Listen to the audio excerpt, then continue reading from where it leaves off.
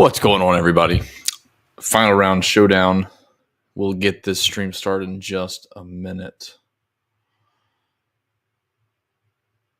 Try to get these links posted, and then we'll get going. Talking through, it should be probably one of the best final round majors since, Pinehurst was pretty good, but probably one of the best. There we go. Yeah, Bryson and Rory. So just hang on one second. If I can figure out how to share. Nope. Share, copy. Okay, there we go. Let's get it rolling. All right, guys. Welcome back to the third show this week for the Masters. So we'll probably do this throughout the year. Ideally, we would do these shows every week, but it just kind of gets slammed with Monday, Tuesday, Wednesday content. And then by the time Thursday and Friday rolls around, there's just too many other things going on to do this for the 3M Open, even though I'm sure the 3M Open is a popular event for those from Minnesota. But we will talk through a couple key things really quickly. And then I pulled up some interesting stuff. So I ran the FGB sims to look at finish position for Showdown. So we'll actually use that in addition to the Showdown EAP.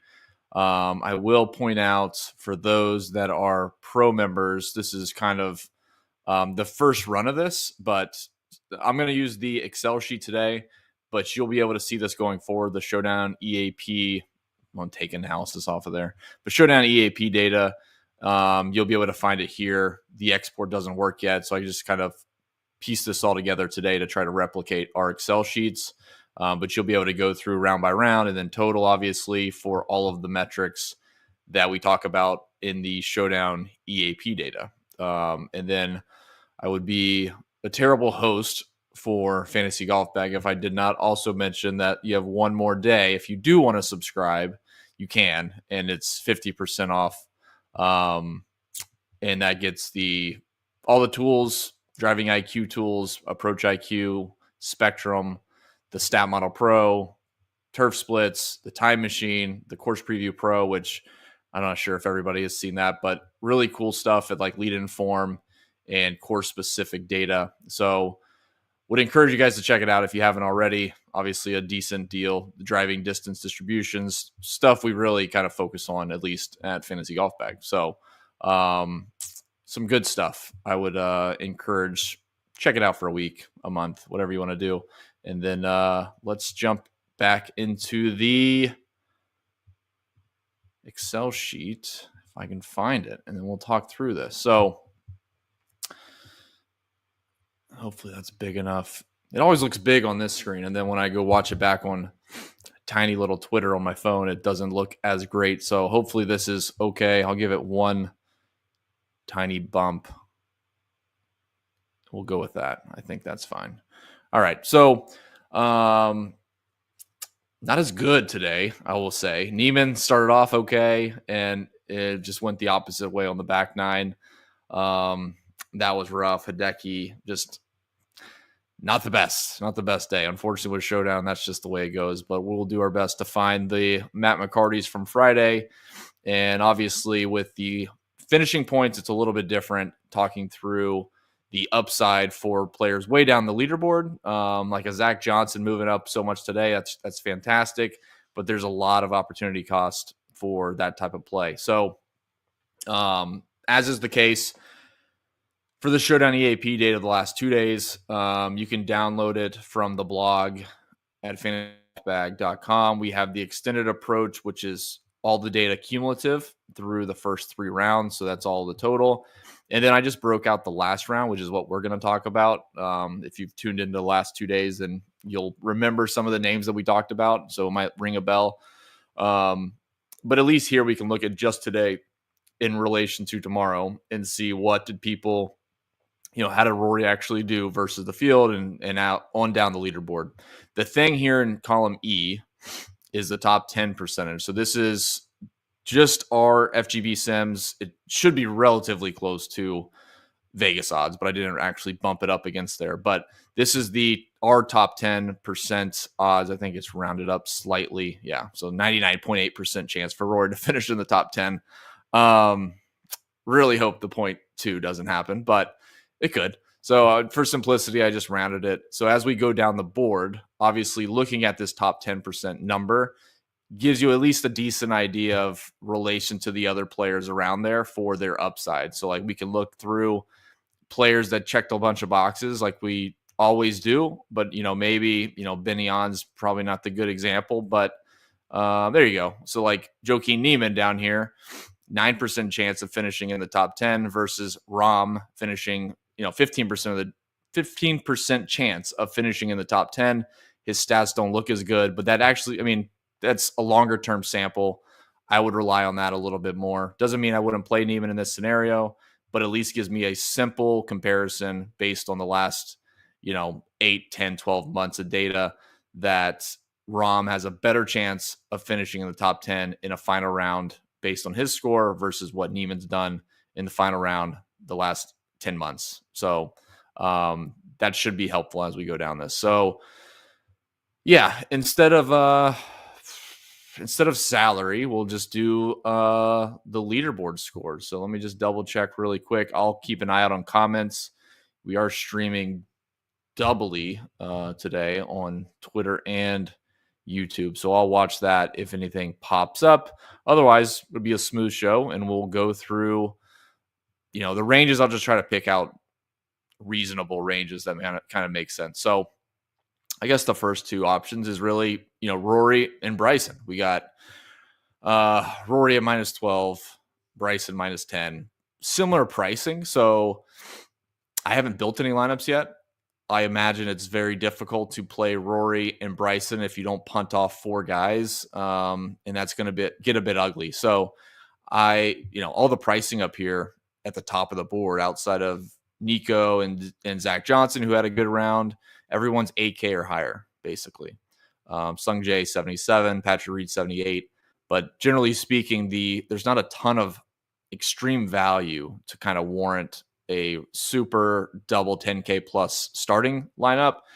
Most people will likely build with 3 of these, 8K, 9K, 2 or 3 of these with a Rory Bryson start, and then getting a cheap guy somewhere in this middle of the range. That's kind of my interpretation. So the 2 together would be difficult, but we'll talk through the round. Let's take a look. Let me squeeze this down a little bit. All right, so right off the bat, Bryson off the tee is going to be fantastic. It always is. He's one of the longest in the field. Funny enough, Rory's was 5 yards longer today versus the field, but Bryson was a little bit straighter. So that was enough. I guess Rory still gained more off the tee, but talking through what's Bryson's strength, generally speaking, it's going to be driving. He was close with Rory, 5 yards less than Rory to the field, but he did hit more fairways. Looks like one or two. So yeah, the round definitely looked like it was Rory's. 79% positive off the tee, 64% positive on approach. Bryson, not the best with the approach shots. And I feel like that was the same thing we talked about yesterday, if I'm not mistaken. So yeah, not entirely thrilled about Bryson's chances tomorrow. Obviously, there's a lot that's going to go through Rory's head as he makes the turn. Thinking back to 2011, it'll be interesting to see how he overcomes that. I think that'll make things extremely, extremely worse, or at least the same if he gets through it. Obviously, better if he wins. But man, if he blows up again through that swing of 10, 11, 12, 13, just like he did before, things are going to look very bad for Rory's outlook the rest of the year. But yeah, you can see here, much better from Rory all day. 6 shots inside of 18 feet, 7 shots inside of 24 feet. We know his history here. It is different talking about him with the lead. I think Rory's the play over Bryson in this scenario. Still like Bryson a lot. I'll be rooting for Bryson, but statistically speaking, as we look through even the entire event, I'll zoom in here a little bit. you can see like Rory's played miles better than Bryson has to this point. So yeah, for me, it's Rory as the favorite over Bryson. That would be my preference in terms of clicking it. And at this point, I'm not worried about top 10%. Like we're talking about winning percentage. So the top 10 is really going to be relevant as we go down the board. But let's keep it going. Again, hate pulling that hard for Rory, to be honest. I would like to see Bryson win, but it does look like Rory is absolutely balling out right now. The next range, we'll do this big range. Otherwise, we'll be doing twos all the way down. It won't make any sense. So Corey Connors -8, Aberg -6, Patrick Reed -6, Scheffler, Lowry, Rose, Day -5. You can see what their score was today. This is their top 10%. So obviously Connors with a 2-shot lead over Aberg and Reed is a really strong chance of staying in the top 10. And then Scheffler, obviously a pretty good chance. Lower than I would think, actually. I'm surprised by that. 80% chance of top 10, 20% chance of not, which is interesting. You think that would be a lot higher. I'm sure Vegas has that higher. We in our sims do not. But going across the board, just, no one really stood out here in the spectrum data from today. Consistency-wise, it was Rose. He lost a bunch putting. At least was positive on off the tee and approach, but no one else really stood out. Corey Connors, positive numbers were good. You can see that here. Off the tee and approach, 86%, 57%. Aberg back to Thursdays off the tee. Thursday, if you recall that stream, Aberg gained on 100% of his tee shots. He went back to 93% today. So that's really good. Irons, obviously average 50% positive, but mediocre was the word I was going to look for. Otherwise, you can see there, no one really stands out as crushing it. Corey Connors is just playing super consistent, and that's what he does. And honestly, he has a pretty good track record here at Augusta. If we take a look at the proximities, actually not too bad. Corey Connors still stands out quite a bit. Patrick Reed inside of 24 feet. No one really did much inside of 18 feet. All these guys were pretty much in the same ballpark of 4 shots inside of 18 feet. So I'd be curious, none of these guys really do a ton. I'll try to, make my thoughts more concise here in just a second, but just trying to gauge the form, looking through, like this is the strokes gained approach performance. This is the tally of all their positive shots. This is the tally of all their negative shots. So obviously we want high positives and high negatives just to look for consistency. Spectrum ratio, like Justin Rose did have a really good round today, but I think was the theme since Thursday. It was not going to hold up. And, a first round lead would end up best case finishing 12th. So we'll see if he can hold on to the top 10. And then this is the par 5 numbers. I would look at this almost like Aberg gained a bunch. He really took advantage of the par 5s, playing them in 3 under. Reed, Scheffler, Connors -2. None of these guys really crushed it on the par 5s. Rory obviously did with his chip in eagle. So this is tricky. So I think when we consider the price, 8,900 Connors still makes a lot of sense. Like you can still get to Connors even starting with Rory. And I think a lot of people will do that. Not necessarily a bad thing. Obviously ownership is very important and lineup construction itself is very important. But, Connors at 8,900, it's still too cheap at -8 and how good he's played. We can take a peek at how good he's played all week. Honestly, not super crazy upside in the 12 and 18 foot range, but for now, looking at him firing 3-4 under and just staying in the top 5 or top 3, that looks very doable based on what he's done to this point. So I think Connors wouldn't be a spot that I would be comfortable fading in this spot. The other ones, obviously, if you can do it, allocating anything to Scheffler would be the leverage of all leverage. I don't know what his ownership's going to come into. I don't even want to guess. But with everybody playing Rory or Bryson or both, there's no way Scotty is, over 20% or over 15%. So, and crazy things can happen. I don't know. I don't think it's going to happen, but just saying from a DFS perspective, Scotty Scheffler sitting at -5. We've seen what Rory shoot last year, 63 on Sunday, or a couple of years ago. It wasn't last year. 63 on Sunday. Scheffler shoots 7 under. You never know, but it's not my preferential build. Just kind of throwing that out there that Scotty Scheffler is going to have ridiculously low owners, probably lower than I'm even talking about. But other than that, guys, I think Connors obviously stands out quite a bit. The rest of these guys are all in the same ballpark. No one really stands out. It just kind of seems like lineup construction. And if you look at my top 10 numbers back here, all these guys are pretty much in the same ballpark. Rose is pretty low. Jason Day pretty low.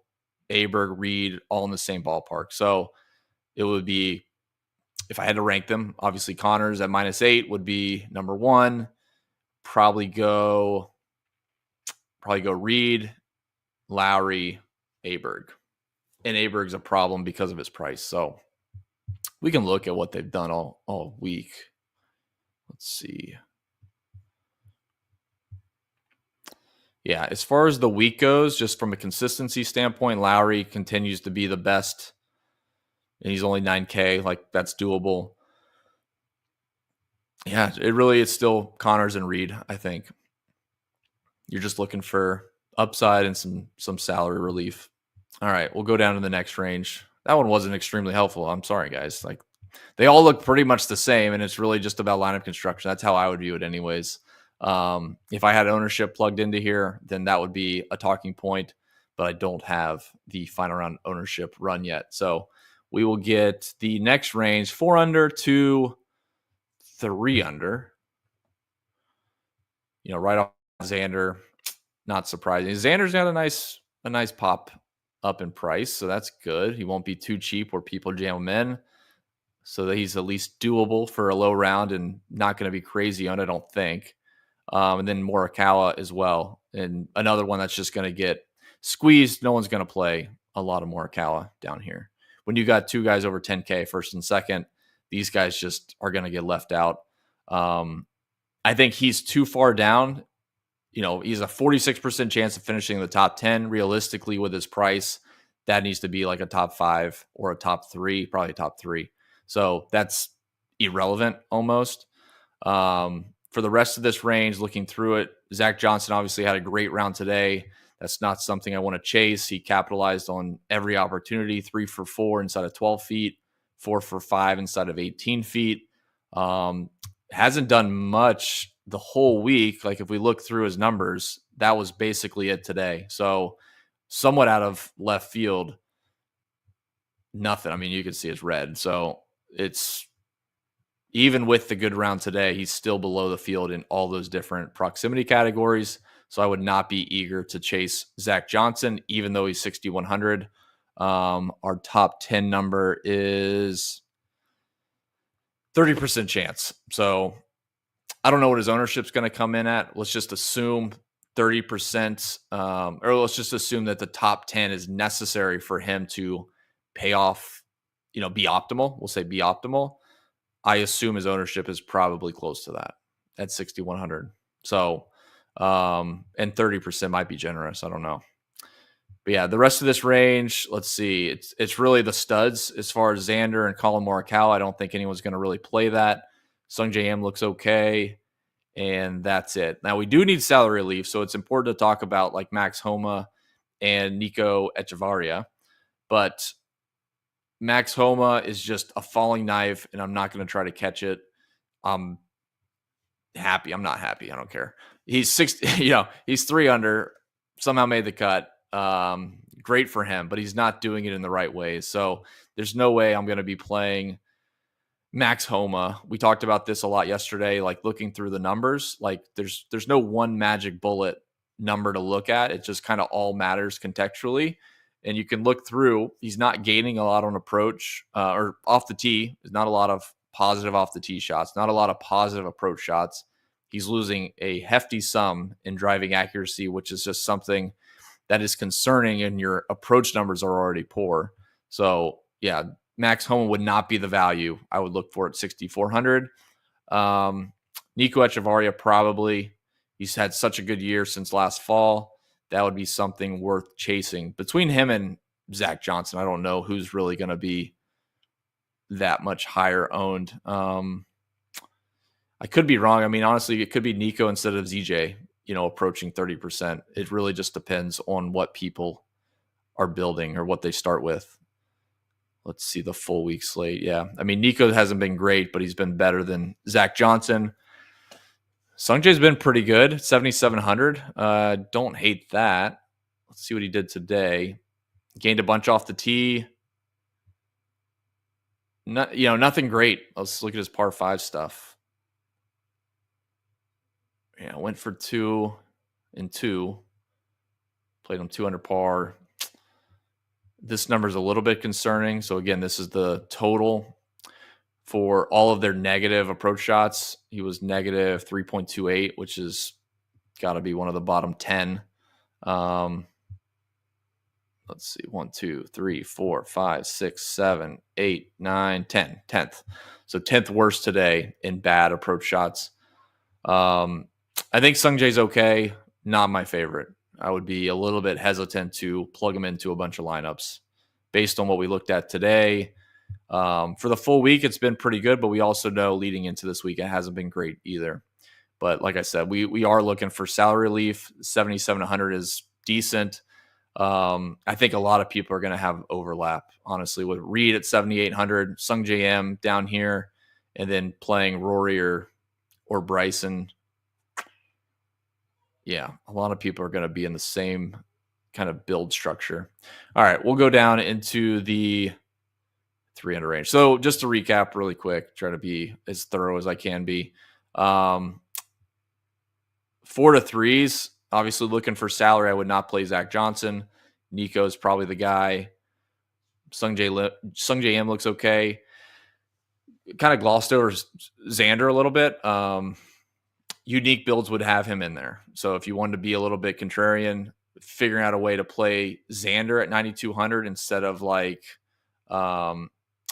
won't even say Corey Connors. We'll say Shane Lowry or even Aberg. Like if you go down off of Aberg, it's still expensive enough. I don't think that many people will click them.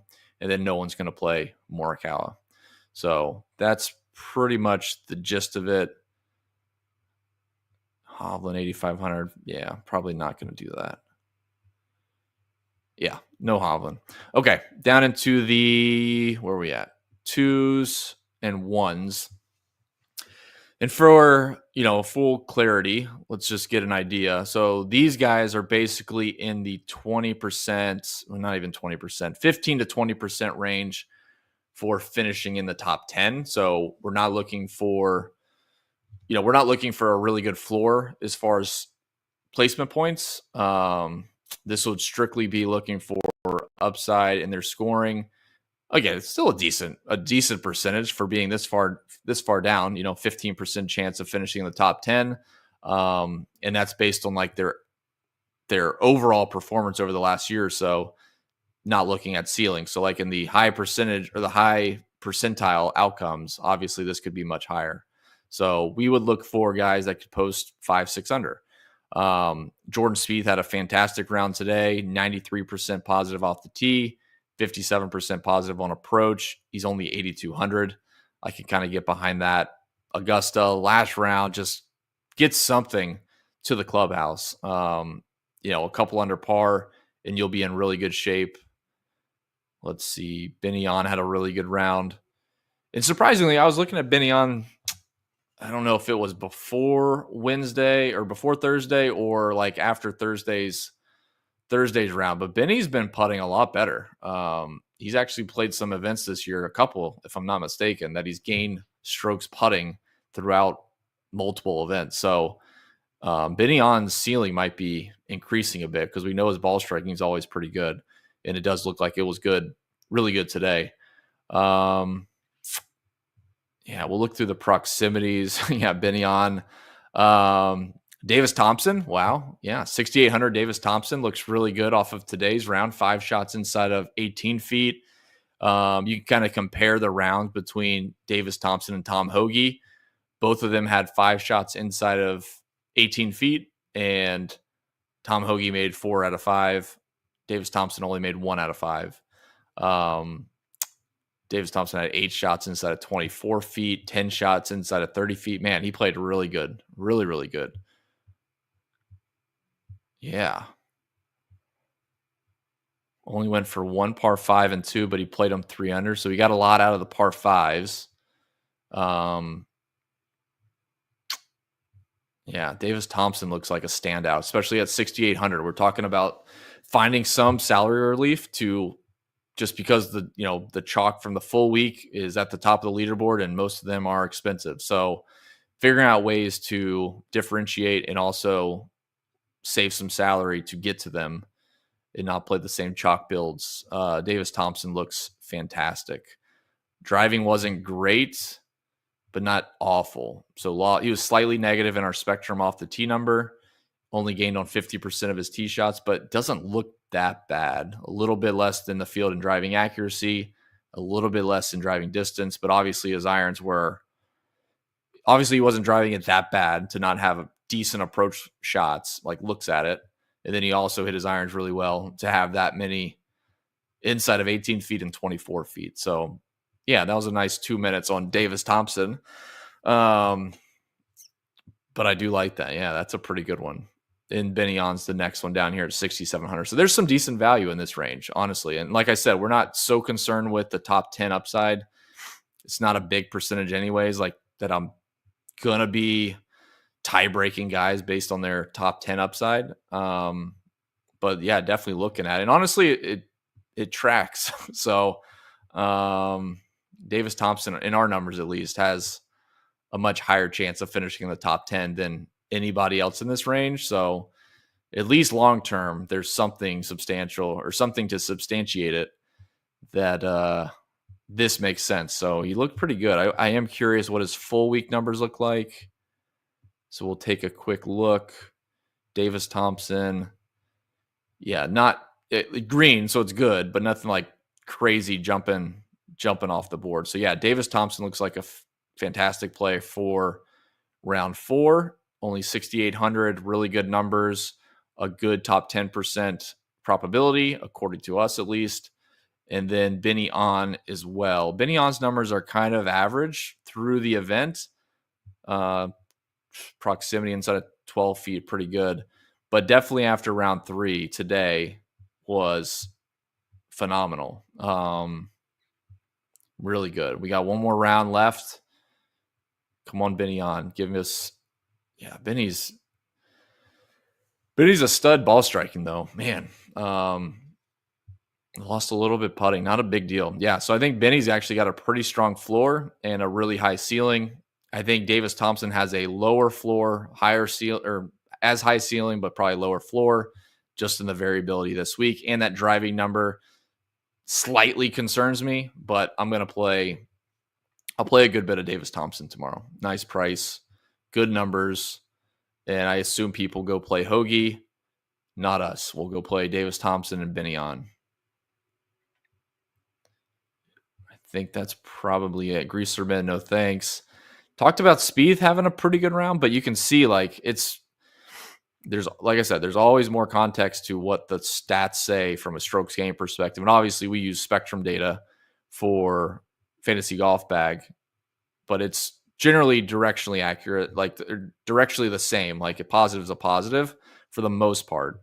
So for me to see positive off the tee and approach and not many shots inside of 12 feet or 18 feet, a decent number inside of 24 feet. So, okay. But nothing jumps off the board at Jordan Spieth's round today. So a little bit surprised by that. But yeah, I think he's still okay. My preference here, I did a terrible job lengthening out a 6-man range that's 10 shots back of the lead. But yeah, Davis Thompson, Benny on 1-2. And then just kind of glancing through this with Jordan Spieth, I think that's a pretty good GPP option just for the volatility. The numbers didn't look great today. Like, he was positive in both, but honestly, nothing jumps out as like a slam dunk play. But it's still Jordan Spieth at Augusta. Final round, has done okay to this point. We'll see if he can do it one more day. All right. Down into we'll just do the evens. Oh, shit. This shouldn't be bad. We'll just do the evens. We'll just break out the last few rounds, or the last few groups. I wish these guys didn't suck so much to go down this far, but all right. Even par, John Rahm, Joaquin Niemann, Harris English, Michael Kim, Maverick McNeely. Really quickly on we kind of touched on this to start the show off, but like Niemann's round leading into today looked fantastic. He actually started off pretty good and just leaked oil. It looks like we'll probably would want to go back to that. I guess the price would be a little bit inhibitive, but it looks pretty good. Now, I will say this is probably where the top 10% number would come into play a little bit when you got, I guess I wouldn't. I take that back because Rahm's 9,600. I don't see many people doing that. Actually, all these prices look a bit absurd. So Rahm at 9,600, we have a 15% chance of finishing the top 10. Joaquin Niemann, 9% chance. So like the 1v1 would be Rahm would probably be the leverage spot. But again, talking about finish position and with everybody up top being expensive, Rahm is kind of out of the question, to be honest. But we will talk through this. Niemann, I'll probably try to find some ways to play some Niemann and just see if we can get a low one out of him. Because the last two rounds, like if you guys joined the stream yesterday, you saw how good his numbers looked. And honestly, it probably includes the full week. So 18 feet, about average, but you can see a nice spike at 24 feet and 30 feet throughout the event. And a big chunk of that was yesterday and then again today. So like definitely trending in the right direction. 8,700 is a bit rich. So let's just peek at these other guys. Not sure anybody in this range is really a play. Yeah, nothing. I mean, Niemann's numbers do look good. 8,700. Good luck trying to make that work. There's just so much to spend up on at the top of the board. All right, so I think this is probably a dead zone, to be honest. I guess McNeely looks okay. Harris English, Michael Kim, no thanks. Let's see. Yeah, McNeely, he's borderline. Not super interested in McNeely, but he's okay. Nothing jumps off the board. And for the full week stuff, you can see it right here. He has not been good. So I'd be more leaning towards like ignoring that entire range altogether. I do like Niemann. I would like Rahm if he was a little bit higher up the leaderboard and had a better chance of finishing in the top 10 or top 5. Just as a leverage spot off of like Rory and Bryson. But this range does seem like a dead spot, guys. Even par, not much to be gained, I don't think. There's not much salary savings there versus the couple tiers above we just looked at. Yeah, not great. I'm going to be pissed when Niemann shoots 66 or something. And it won't even be optimal. It'll be something stupid. 8,700 non-optimal, 66. Great. All right, let's hit the +1. So now we're really getting to the territory of none of these guys finishing in the top 10. I would say with the big GPP, the 200K to first, outside of just some crazy, I don't even know, like really crazy, like 10 under par, there's no shot. I just don't see any of these guys getting, being optimal. I guess 8 under would be borderline, assuming the top of the board doesn't shoot, 4, 5, 6 under. But like for for what you're getting in this kind of mid-range 7Ks, Tommy Fleetwood 8,600, it's starting to get pretty thin. It's starting to get really thin because there's just as much likelihood that there's other guys above him that have a similar chance of shooting 65, we'll say, and they're going to finish in the top 5. So we're just starting to get into the really thin plays. So full transparency, it's probably gets ugly. Decent EAP data. Bubba Watson played pretty well today. Davis Riley and Sahith. So, if this wasn't final round showdown, there's definitely some upside that shows off of this. Bubba looked good off of Thursday, so he would be right back to it, 6,500. Maybe we include him in a few lineups. I'll just look at his full week. Yeah, like Bubba's been pretty good this week, all things considered. I don't know what all he's been doing on Live as far as, preparation for this week alone, but to make the cut, really good round on Thursday. And then today actually was really good. So kudos to him. Sahith, we did talk about him yesterday, 7,300. Again, I probably don't get to him, but would be the standout in this range to keep in your player pool. He's cheap enough that it kind of works. And then Davis Riley, 6,300. I guess if anything, when we're down this far, we're looking for guys that can still shoot 68, 67, hopefully lower, in a perfect world. But they're also cheap. So Bubba's kind of checking that box. Davis Riley would a little bit more. He's been really good this week. None of these guys are driving it that well. But man, Davis Riley's approach play has been pretty good. I think it's probably smart to try to get a little greedy with these cheap guys. I wouldn't go too much lower. We'll talk about like the very bottom range here.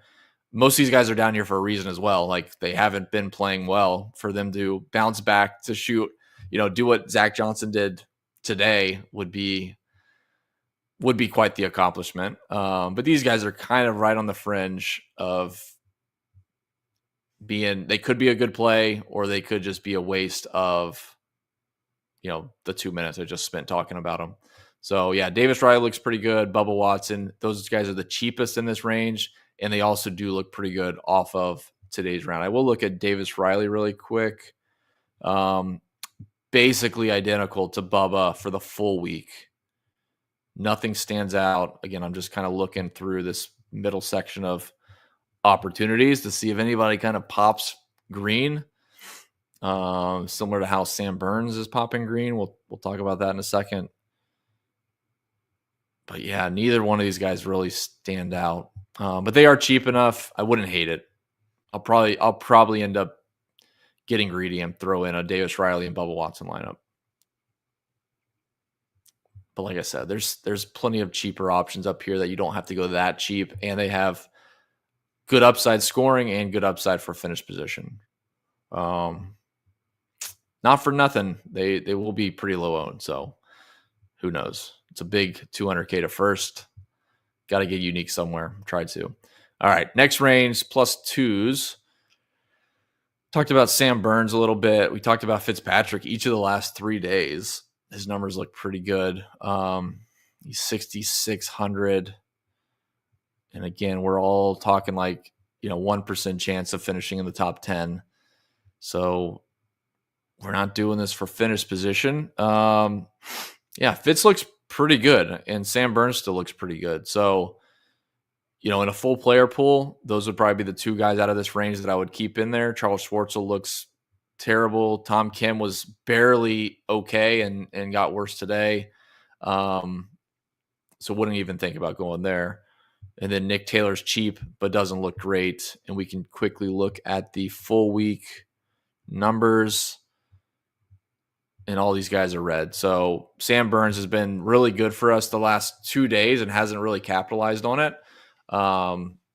So definitely a name to keep an eye out for the next couple weeks he plays. But I don't think I'm necessarily going to go there for Showdown. Fitzpatrick might be in play at 6,600. We do know he's been known to be hot in final rounds and go low. So don't hate that. Otherwise, Schwartz will know, Tom Kim no. Honestly, the easiest thing going through the EAP data down in this cheap range is just making sure you're not making mistakes on playing the guys that are really, really playing poorly. That's probably the benefit to it at this point as we go down the leaderboard. So, all right, we'll go into the +3s and then we'll do 4s and 5s. Probably won't be much there. Yeah, just looking through the Spectrum data. Cantley 8800. I mean, no one's going to click that, and they shouldn't. Brian Harmon 6800. Okay.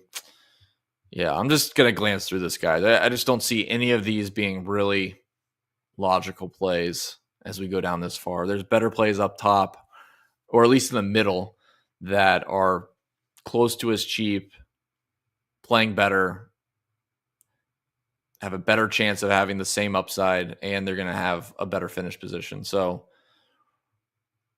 yeah, Stefan Jaeger, I just don't see him firing a really low round. His numbers have looked good for us the last couple days, but I don't see, I mean, you could go down this board, like outside of Cantley and Wyndham Clark, which they couldn't do enough, I don't think, at this stage to warrant it. So certainly not Cantley. And these other cheap guys don't really add up either. But yeah, definitely keep an eye out for, we just talked about Sam Burns up there. Stefan Jaeger is probably the other one because he's shown up a little bit the last couple days. I'm just going to quickly peek at the full week. Yeah, you can see that there. Like Stefan Jaeger's been close to the field average. It shows green, but he's close to the field average in 18 feet opportunities and 24 feet opportunities. So probably not a play tomorrow, but definitely a guy to keep an eye out for the next time he tees it up, because he looks like he's pretty close to playing some good golf, especially if he gets to a course that's, we talk about Augusta being forgiving off the tee. It's obviously not forgiving enough for Stefan Jaeger, but the next time he tees it up at a course that really is a little bit more forgiving, that's probably a good time to jump on to Stefan Jaeger. So, and then the last group here, 4s and 5s. Interestingly enough, God, Hideki, dude. Nice job, dude. 6 shots inside of 24 feet. Well done. Shooting 7 over. Golly. Definitely Jekyll and Hyde type of round. So another one of those, obviously looked really good up through today. Score was not there, obviously, but someone to keep an eye out for going forward. Trying to give at least a benefit to talking through these guys. Otherwise, these guys aren't in play for tomorrow.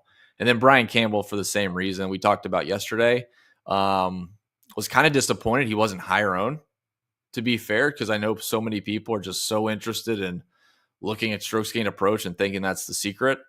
And he was only like 4 or 5%. So a little bit disappointed. I thought he would be higher owned and people would get burned by that, but they did not fall for the bait, unfortunately. So, yeah, I don't really think I have a play for anyone down here, guys. Minwoo Lee gained a 93% off the tee. He only gained on 14% of his approach shots. And then, yeah, just pretty ugly. Not terrible ugly, but certainly not anybody in play for tomorrow. All right, I think that's pretty much it.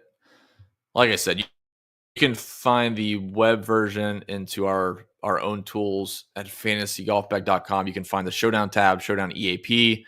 Otherwise, if you want to download this file, it has the extended approach for the full week, all 3 rounds, and then the EAP round 3 only. So if you want to really, which is what I would do, we've talked about it each of the last 2 days.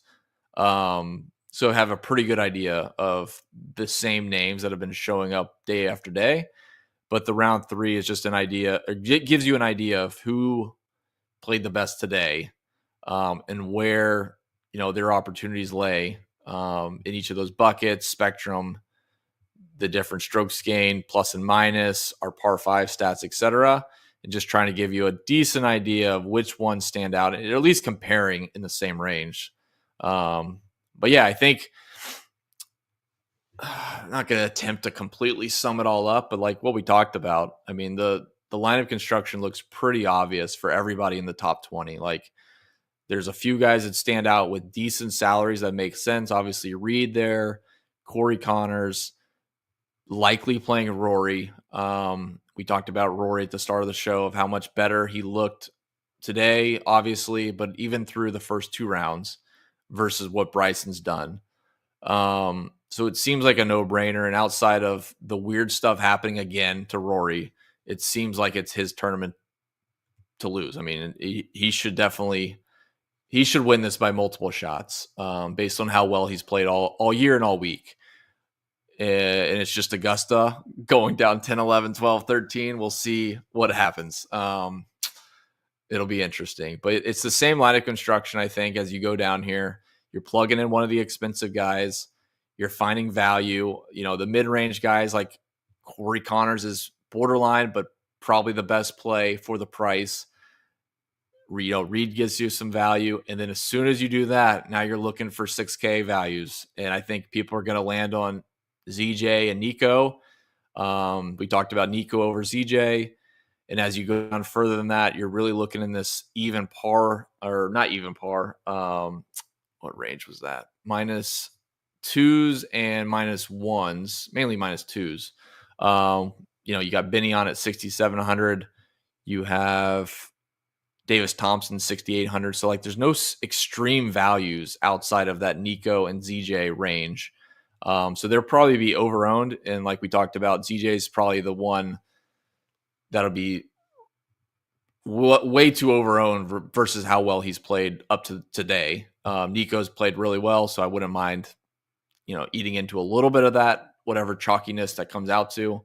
But yeah, everyone's going to be on the same build. So being different, trying to leave a little bit of salary definitely helps. Being unique and not having to, play crazy low own plays. You're just trying to be unique off of the salary and the build itself. So that's probably a good idea. Outside of that, man, we're really trying to catch the 6 guys that are going to finish first, second, third, fourth, and the top 7 there. So, outside of one of these guys around even par shooting 5, 6, 7 under with an eagle or something like that. But yeah, we should be able to find it in this top 40 range, top 35, I would say. I think that's probably where the optimal comes from. And that's pretty much it, guys. I don't have too much else. I don't know if we have any questions. Yeah, F Decky, I agree. Dasby also agrees, either with me or with Denny Barry, that, oh man, Decky, that round is really bizarre. Had a few of those, but yeah, I mean, there's plenty of resources on the site. There's a glossary built into this thing when you download it. If you have any questions about that, obviously we're all in the Discord to help out, but this gives you the best idea as far as spectrum goes from like a consistency standpoint, positive shots, giving you an idea like how many shots they were gaining off the tee and approach, which I really like. I mean, you think about that from just playing golf. It almost doesn't matter. Like if someone gained 5 strokes on approach, would you rather have that, or would you rather know that someone gained on 17 of 18 approaches? Like, to me, I would rather know that someone gained on 17 of 18 approaches, whether that's they gained 2 shots, 3 shots, 4 shots, or 5 shots. I'd rather have that than some guy that gained 5 and maybe he lost, hit 2 in the water, but then he hit it to a foot from 240 twice. So I really am interested in the consistency. The positive shots do that. The spectrum data, obviously, we've kind of talked through that ad nauseum. So, and then the opportunities, just trying to figure out which guys have the biggest chance based on what they've done so far this week. And then, a little bit of recency, a little bit of memory off of what we talked about Monday, Tuesday, Wednesday, guys that have played well to this point. We know that and those are probably guys to stay on. So we're just a little bit limited with final round, trying to figure out which guys have upside and also aren't so far down the board that we're giving up an opportunity to play the same upside for a guy that's already in the top 15 or something like that. So that's the tricky part. And then mixing that with ownership, which I haven't found anybody really with great final round ownership. It's so correlated with starting position. But like I said, like that ZJ and Nico, like I'll be very interested to see what those two ownerships come in at. Like, are they both going to be about the same and they just split 40% and they got 20-20, or is it going to be one of them gets 35%, like something obscene, or one of them gets 25%, the other one gets 10%. So it's really gets tricky with the ownership, and that does make it tough. So I just think you got to be smart and just maybe think through how would you build it if you were an idiot, and then don't do that. That's probably my advice.